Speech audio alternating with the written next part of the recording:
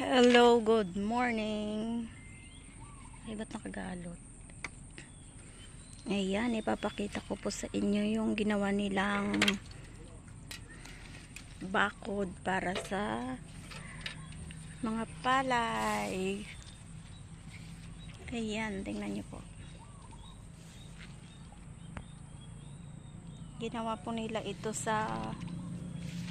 para hindi po mapasok ng itik at saka manok. Tsaka mga kambing at kung ano-ano kasi may bunga na po yung mga palay kaya nilagyan po nila ng ganito.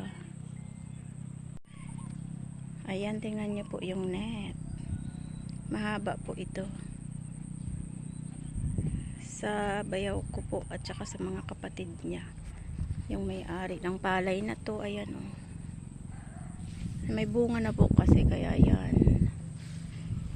Ang ganda.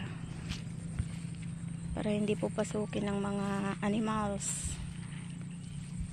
Hanggang dun po yung nilagay nila. Ay, magandang ano din po ito, magandang idea.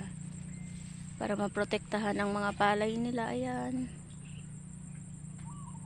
Kasi mahirap naman po pag napasok na to ng mga kambing at ano, sayang din naman po yung bunga nila kasi mahal din po yung abono. Yun.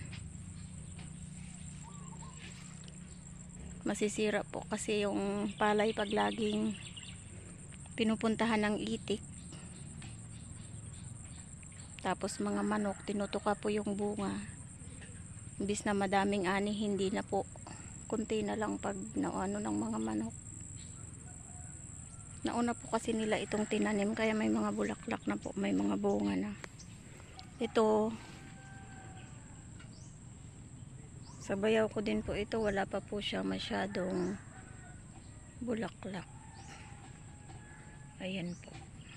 Kunti pa lang yung bulaklak nila. So yan lang guys, ang iba-vlog ko for today. Thank you so much po sa mga nagsusupport sa akin.